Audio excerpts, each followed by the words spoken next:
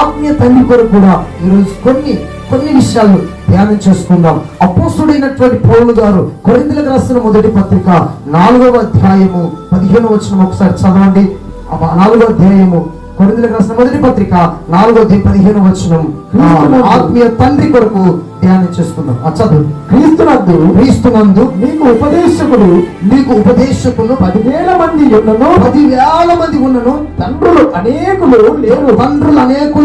లేరు. అలా వింటున్నారు? నీకు క్రీస్తునందు ఉపదేశకులు అనగా చాలా మంది దైవ సేవకులు ఉన్నారు.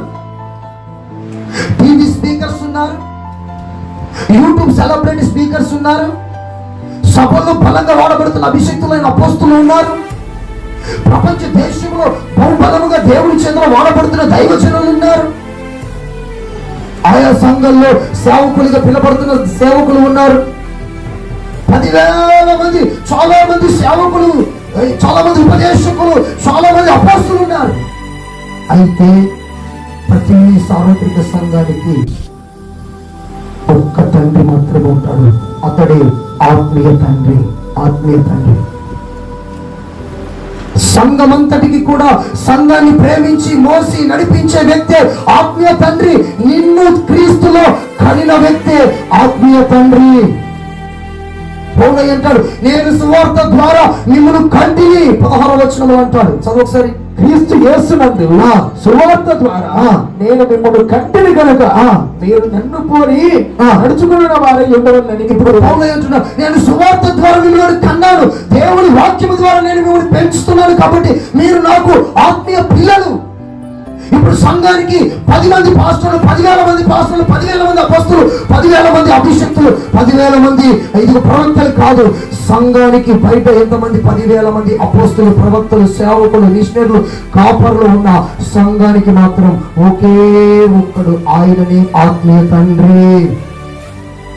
అందుగురించి సార్వత్రిక సంఘం అంతా కూడా నువ్వు ఏ డినామినేషన్ లో ఉన్నా, నువ్వు ఏ మినిస్ట్రీలో ఉన్నా, నీవు ఏ ఉపదేశ క్రమాల్లో నడిపించబడుతున్నా, నీవు ఏ శిలువ సువార్త ద్వారా ఏ నాయకుడు, ఏ దైవ సేవకుడు నీ కొరకు ప్రయాసపడి కన్నీరు కార్చి నిన్ను రక్షణలోనికి తీసుకుని వచ్చి ఈ రోజు ఒక స్థితిలో నువ్వు నిలబడ్డావంటే దానికి కారకుడు ఏ దైవజనుడు, అతడే నీకు ఆత్మీయ తండ్రి. అతడు నిన్ను బాప్తిస్మం ద్వారా, యేసయ్య రక్తము చేత, యేసయ్య సువార్త ద్వారా నిన్ను ఆత్మీయంగా కన్నాడు. అతడు నీకు ఆత్మీయ తండ్రి అయి ఉన్నాడు. అందుగురించి 10 మంది ఆత్మీయ తండ్రులు, 10,000 మంది ఆత్మీయ తండ్రులు లేరు. ఆత్మీయ తండ్రి అంటే ఒక్కోడే. భౌతిక తండ్రి ఒక్కోడే ఉంటాడు, ఆత్మీయ తండ్రి కూడా ఒక్కోడే అయి ఉండాలి. ఈరోజు ఎంతమంది చంచల మనస్సుతో లేరండి? ఆత్మీయ తండ్రి దగ్గర రక్షణ పొందుతారు, ఎక్కడెక్కడో పరిగెత్తి తిరుగుతారు, ఏదేదో సంఘాలకు వెళ్ళిపోతారు, పొట్టిలో ఉన్న విశ్వాసం లాగా ఉంటారు, వారికి నచ్చినట్టుగా జీవిస్తారు.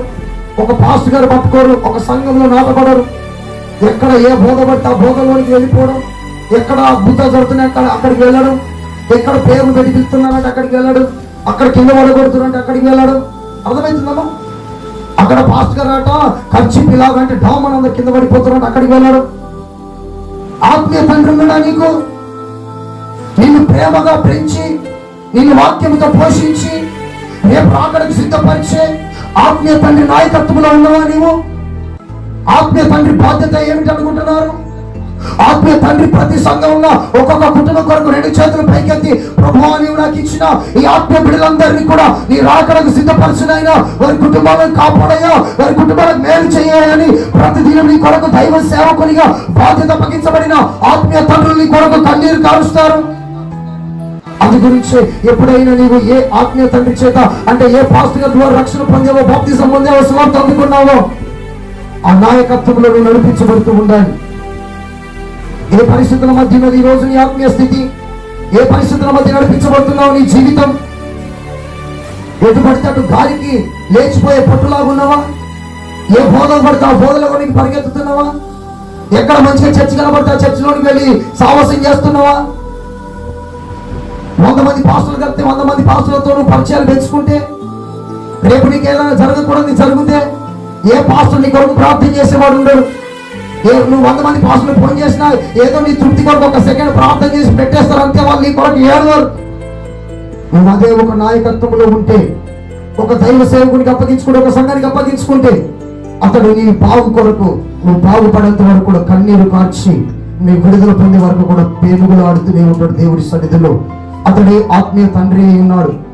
చూడండి బిడ్డలారా, ఈరోజు ఆత్మీయ తండ్రి విషయంలో కొంతమంది కొన్ని విధాలుగా ప్రవర్తిస్తూ ఉన్నారు.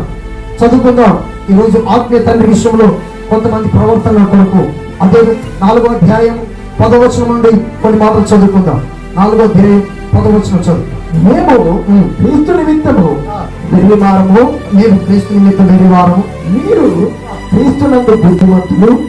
పౌలు అంటున్నాడు సంఘం కాదు, అమ్మా నేను మీకు సువార్త ప్రకటిస్తున్నా కదా, ఇదిగో నేను క్రీస్తు నిమిత్తము వెర్రివాడిని, మీరు బుద్ధిమంతులైనా. సంఘాన్ని ఏమంటున్నాడు? పాస్టర్ గారు ఏమనుకుంటున్నాడు? పాస్టర్ గారు తను తాను ఏం చేసుకుంటున్నాడు? వెర్రివాడిని ఎంచుకొని సంఘంలో విశ్వాసం ఏమంటున్నాడు? మీరు బుద్ధిమంతులు, మేము బలహీనులకు, నేను బలహీనులు, మీరు బలవంతులు. ఇప్పుడు సంఘంలో ఉన్న విశ్వాసం ఏమంటాడు? మీరు బలవంతులు, మీరు బలవంతులు, నేను బలహీనులు. మీరు అభ్యంతరంగా మేమే బలహీనులు, మీరు పరిశుద్ధులు, మీరు బలవంతులు. ఇంకేమంటారు? మీరు గనులు, మేము గణహీనులకు. సంఘంలో విశ్వాసం పాస్టర్ గారు ఏం చేస్తుండడు? అమ్మ ఏం చేస్తుండు? పాస్టర్ గారు విశ్వాసాన్ని గణపరుస్తుండు. పాస్టర్ గారిని ఏం చేసుకుంటున్నాడు? తగ్గించుకుంటున్నాడు. అలా చదువు 15-14 చదువు. ఈ గడియ వరకు ఆకలి దప్పులు గలవారము, దిగంబరులము, పెరుగుతులు తినచూ ఉన్నాము, నిర్మలమైన నివాసము లేక ఉన్నాము, స్వస్థములతో పనిచేసి కష్టపడుచూ ఉన్నాము, నిందింపబడి దీవించుచూ ఉన్నాము, హింసింపబడి ఓర్చుకొనుచూ ఉన్నాము, దూషింపబడి బతిమాలుకొనుచూ ఉన్నాము. ఈ 3 మాటలు మరొకసారి చదువు. నిందింపబడి జీవించుచూ ఉన్నాము. సేవకులు ఏం చేస్తారమ్మా? పాస్టర్లు ఇలాంటి వాళ్ళు పాస్టర్లు. అబ్బా ఆత్మీయ తండ్రి అంటే ఎవరు తెలుసా? నిందించబడి, మాట చదువు, నిందింపబడి జీవించుచూ ఉన్నాము, జీవిస్తాడు.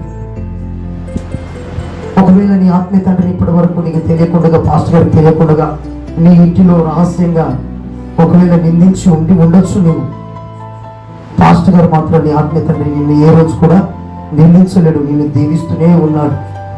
పాస్టర్ గారు నీకు నిందలు వస్తాయి, అవమానాలు వస్తాయి, పెరుగుతులు వస్తాయి.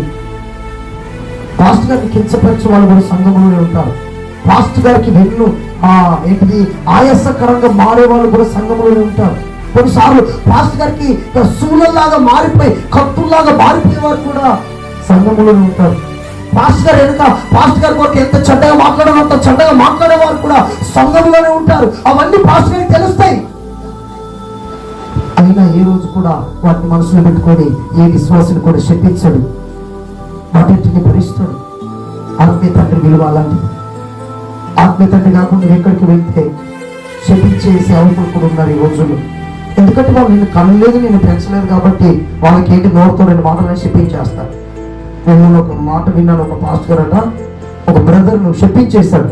అతను భయంకరమైన వ్యాధులకు గురి అయిపోయి శోధన ఉన్నాడు, పాస్టర్ ప్రార్థన చేయండి అని వాళ్ళ భార్య నాతో చెప్పిందండి. నేను నెపములు మోపడం కాదు, శపించేవారు కూడా ఉన్నారు. ఆత్మీయ తండ్రి ఇదిగో నిందించబడతాడు, అవమానాల పాలవుతాడు, హింసించబడతాడు. చాలా సార్లు సంఘంలో ఉన్నటువంటి విశ్వాసులు సేవకుడికి ఆయాసంగా మార్చబడి సేవకుడికి తెలియకుండా వెనుకనికి ఎన్నో చోటగా మాట్లాడతారు. సాటుకోమో పాస్టర్ గారి కొరకు, పాస్టర్ గారు అట్లా ఇట్లా ఇట్లా అంటారు. ముంగడికి వచ్చి అయ్యా ప్రైజ్ లోడ్ అయ్యా, పాస్టర్ గారు ప్రైజ్ లోడ్ అయ్యా అంటారు. వెనకేమంటారు? ఎంత చెడ్డ మాట్లాడానో అంత చెడ్డగా మాట్లాడతారు. ముందడికి వచ్చి ఏమంటారు? పాస్టర్ గారు ప్రైజ్ లోడ్ అయ్యా, ప్రైజ్ లోడ్ పాస్టర్ గారు, అయ్యారు వందనాలండి, వందనాలు అయ్యారు అంటే బయటికి వెళ్ళే మాట్లాడతారు. పాస్టర్ గారి కొరకు ఎంత చండాలంగా మాట్లాడు, అంత చండాలంగా మాట్లాడతారు. సాక్ష్యాన్ని పోగొట్టేస్తారు. కొంతమంది విశ్వాసులంట పాస్టర్ గారు ఎప్పుడు దొరుకుతాడు అప్పుడు ఇతని సాక్ష్యం పాడు చేద్దామని ప్రయత్నించే వాళ్ళు కూడా ఉంటారు. సాధారణ సంబంధమైన వ్యక్తులు కొంతమంది, దురాలోచన కలిగిన వారు ఉంటారండి. కొంతమంది ఎక్కడన్నా దొరుకుతాడా దొరకకూడదు అన్నట్టుగా చూస్తారు. సంఘంలోనే ఉంటారు, అదే పాస్టర్ గారితో ప్రార్థన చేయించుకుంటారు, అదే పాస్టర్ గారితో వాక్యం వింటారు, అదే పాస్టర్ గారి చేతితో బల్ల తీసుకుంటారు, అదే పాస్టర్ గారి చేతితో పేర్లు పెట్టించుకుంటారు, కార్యక్రమాలు నడిపించుకుంటారు. మళ్ళీ అదే పాస్టర్ గారిని అవమానాల పాలు చేద్దామన్నట్లుగా ప్రయత్నం చేస్తుంటారు. అది సాతాను సంబంధమైన మనస్సు. ఆత్మీయ తండ్రిని హింసించేవారు, నిందించేవారు, అక్కడ మనం చదువుకున్నాం, ఎన్నో అవమానంగా మాట్లాడేవారు, అవన్నీ భరించి సంఘాన్ని దీవించేవాడే ఆత్మీయ తండ్రి. సంఘాన్ని ఆశీర్వదించేవాడు ఆత్మీయ తండ్రి. నిందించిన వారిని ప్రేమించేవాడే, చెడ్డగా మాట్లాడిన వారిని ప్రేమించేవాడే. కొన్నిసార్లు తెలియకుండా ఎందుకు ఎన్నో అపవిత్రమైన మాటలు మాట్లాడిన అవన్నీ కూడా విని ఓర్చుకునేవాడి ఆత్మీయ తండ్రి అయి ఉన్నాడు. నిర్గమకాండంలో ఒకసారి చదువుకున్న 20:12 చదవండి. నిర్గమకాండం 15:22 చదవండి. నిర్గమ 15:22 చదువు. మోషే ఎర్ర సముద్రము నుండి జనులను సాగజేయగా వారు సూరు అరణ్యంలోనికి వెళ్ళి దానిలో 3వ దినములో నడిచింది. అచ్చట వారికి నీళ్లు దొరకలేదు. అంతలో వారు మారాకు చేరిరి. మారా నీళ్లు చేదైనది కనుక వారు ఆ నీళ్లు త్రాగలేకపోయి, అందువల్ల దానికి మారా అను పేరు కలిగిన. ప్రజలు మేమేమి త్రాగుదమని మోషే మీద సనగొకరుగా. ప్రజలు మేమేం తాగుదామని మోషే మీద ఏం చేశారమ్మా? సనిగారు. పాత నిబంధన సంఘంలో అత్యధికమైన విశ్వాసాలు కలిగిన గొప్ప దైవజనుడు మోషేయ. 30 లక్షల మంది విశ్వాసులు ఉన్న సంఘ కాపరి, గొప్ప దైవజనుడు ఆయన. నేటి ప్రపంచానికి ఆయనే గొప్ప దైవజనుడు. అంత విశ్వాస సంఖ్య కలిగిన సేవకులు ఎవరు లేరు. 30 లక్షల మంది, 30 లక్షల కంటే పైన ఉన్నారు విశ్వాసులు. అంతమంది విశ్వాసం కలిగిన ఆత్మీయ తండ్రి మోషే. ఇశ్రాయేలుకు ఆత్మీయ తండ్రి, ఐగుప్తులో నశించిపోతున్న ప్రజలకు ఆత్మీయ తండ్రి. నేను వారికి నిన్ను దేవుడిగా నేను నీ నోటిని ఉంచుతాను, నిన్ను వారికి ఆత్మీయ తండ్రికి పంపుతున్నాను. దేవుడే స్వయంగా చెప్పి పంపించినటువంటి వ్యక్తి. ముఖాముఖిగా దేవుడి దర్శనాన్ని పొందుకున్న వ్యక్తి. ఐగుప్తులు వాళ్ళు వెట్టి చాకిరి చేసుకుంటూ, ఇటుకల పని చేసుకుంటూ, తిందమన్న తిండికి సమయం దొరకలేని పరిస్థితుల మధ్య కన్నీరు కార్చి ఏడుస్తున్నప్పుడు మోషే వెళ్ళి వారి నిమిత్తం బలి అర్పించి వాళ్ళందరినీ కూడా తీసుకొని ఐగుప్తుల నుండి విడుదల పొంది వారు ఎర్ర సముద్రం దాటి కానాను వైపు వెళ్తున్నప్పుడు తిరగబడ్డారండి. విశ్వాసులందరూ మోసే మీద తిరగబాటు చేస్తారు. మోసే ఏంటన్నా తప్పు చేశాడా? వాళ్ళు బాధపడుతున్నా కదా ప్రార్థన చేసింది. ఐగుప్తు అనే లోకంలో వారు నశించిపోతున్నప్పుడు సువార్తను అందించి అందులో మీరు పడిపోతే నశించిపోతారు బిడ్డ, నష్టపోతారు నాయన, మీరు అలాంటి కార్యాలు ఉండకూడదు బిడ్డ అని చెప్పి ఉపదేశం చెప్పి వాళ్ళని విడిపించి ఎర్ర సముద్రం అనగా లోకాన్ని దాటించి, ఎర్ర సముద్రం అనగా బాప్తిస్మములు ఇచ్చి, ఎర్ర సముద్రం అనగా పస్క బలివంశనగా రొట్టెనిచ్చి వాళ్ళందరినీ కూడా కానాను వైపు అనగా నిత్యత్వం వైపు నడిపిస్తూ ఉండగా కొద్ది దూరం బయలుదేరిన ప్రజలు మారా అనగా చేదు అనుభవంలోనికి ప్రవేశపెట్టబడి ఈరోజు ఎంతమంది విశ్వాసులు చేదు అని పిలబడుతున్న మారా లాంటి అనుభవంలోనికి వెళ్ళిపోయి తీపిగా ఉన్న జీవితాలను చేదుగా మార్చుకొని చేదైన మాటలు సేవకుని మీద మాట్లాడేవారు లేరా? సనిగారట సేవకుని మీద, పాస్టర్ గారి మీద, మోషే మీద. మేము ఏ నీళ్ళు అవుతామయ్యా, ఈ నీళ్ళు ఇంత చేదుకున్నాయి, నువ్వేం చేస్తావు తెలియదు, మాకు మంచి నీళ్ళు ఇచ్చేసే అంటున్నారు. ఒకరు కాదు, ఇద్దరు కాదు, 10 కుటుంబాలు కాదు, 20 కుటుంబాలు కాదు, 30 లక్షల మంది ప్రజలు ఎక్కడికి వెళ్ళేస్తాడు? కొంచెమైన అవగాహన ఉందా? పాస్టర్ గారి చేతను మేలు పొంది పాస్టర్ గారి మీద దూషించే సమాజం, మేలు పొంది మర్చిపోయారు. ఇప్పుడు తిరగబడుతూ ఉన్నారు, సనుక్కుంటూ ఉన్నారు, కొనుక్కుంటూ ఉన్నారు. కొన్నిసార్లు మీరు కూడా నా మీద సనగచ్చు, కొనగచ్చు. మీ సనుగులు గుణుగులన్నీ నా దేవుడు ఏంటో నేను వినకుండా పడలేదు. మీ సనుగులు గుణుగులన్నీ ఎవరేంటమ్మా? మోసే మీద సనుగులన్నీ కూడా దేవుడు విన్నాడు స్పష్టంగా. నేనేం చేశాడండి ఇక నేను అనకూడదు. ఇక సరిగినోళ్ళు గుణిగినోళ్ళు ఒక్కరు పోలే పరలోకానికి. అర్థమైందా? సనిగినోళ్ళు గుణిగినోళ్ళు కానానికి వెళ్ళలేరండి. నిన్ను చక్కగా నడిపించే దైవ సేవకుడు నీ దగ్గర ఏది ఆశించకుండా ఉన్నది ఉన్నట్లుగా వాక్యాన్ని హెచ్చరిక చేసి రాకడికి సిద్ధపరుచుతున్న దైవ సేవకుని మీద ఒకవేళ సనిగే గుణిగే వ్యక్తివైతే నీవు కూడా పరమకాలాలకు చేరాలి అంటే లోబడి ఉండాలి, తగ్గింపు కలిగిన జీవితం చేయాలి, సనుగులు గుణుగులు మానుకోవాలి, సంశయాలు మానుకోవాలి. ఈ విసిగించే పాస్టర్ అనుకో, మాటి మాటికి నీకు డబ్బు ఇస్తేనే ప్రార్థన చేయడం, మంచి కానుకలు ఇస్తే ఇంటికి రావడం, మంచి మంచి వస్తువులు ఇస్తే నేను ప్రేమించే పాస్టర్ నీ మీద సరిగా అంటే అది వేరు. నీ మీద ఏది ఆశించకుండా నీ కొరకు చక్కగా ప్రార్థించి నిన్ను రాకడికి సిద్ధపరిచే దైవ సేవకుని మీద నువ్వు సనిగావు గునిగావు అంటే నువ్వు కానానికి చేరలేవు. ఆ రోజు వాళ్ళు కానానికి చేరలేరు. ఈ రోజు కూడా సేవకుని మీద సనిగే సంతతి కానాను చేరుకోలేదు. అంటే పరమకాల నిత్యత్వంలో వెళ్ళండి. 17:3-4 చదువు సార్. అది నిర్గమ 17:3-4 చదువు. అక్కడ ప్రజలు నీళ్లు లేక పట్టుకుని ఆ. మోషే మీద సనుగుచు ఆ. ఇదెందుకు ఆ. మమ్మును ఆ. మా పిల్లలను ఆ. మా పశువులను చంపేందుకు అరణ్యంలోకి తీసుకొచ్చామని ఆయన మీద తిరగబడుతున్నారండి. సంఖ్యాకాండ 14 వెళ్ళొచ్చు.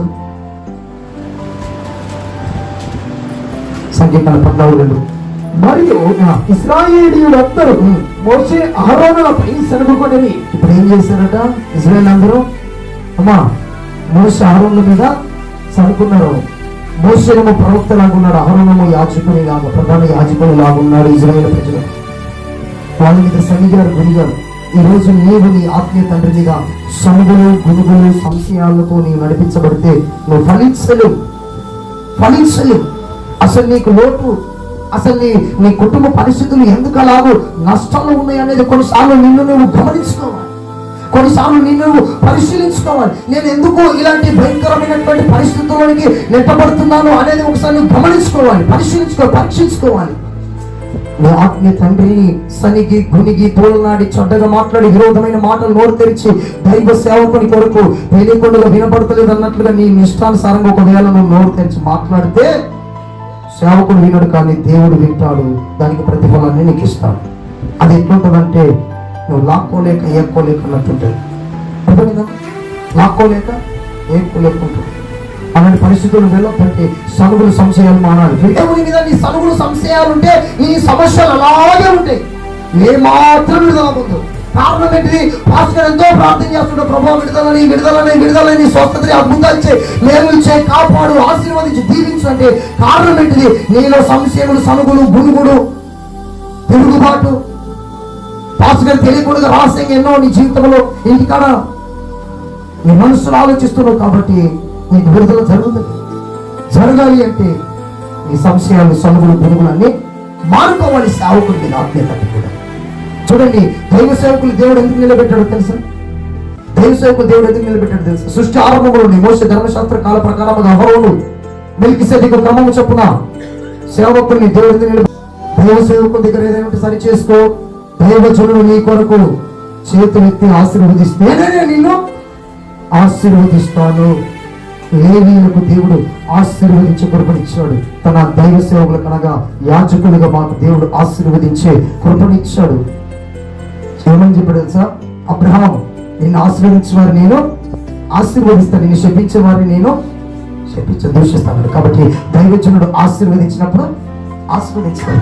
అందుగురించి దైవజనుడికి దేవుడు ఏమిచ్చాడు? అధికారం ఇచ్చాడు. మత్తయి సువార్తలో, లూకా సువార్తలో, మత్తయి సువార్త 10 కనబడతగా 12 మంది అపోస్తలులను పిలిచి వాళ్ళకి అధికారం ఇచ్చి మీరు వెళ్ళి దయ్యాలను, రోగులను, పాపులను శుద్ధీకరించాలి, స్వస్థపరచండి అని చెప్పాడు. దైవ సేవకుడికి దేవుడు అధికారం ఇచ్చాడు. అందుగురించి ఆత్మీయ తండ్రులకు అందరూ కూడా లోబడవలసిందే. దేవుడికి మహిమ కలుగును గాక. హల్లెలూయా.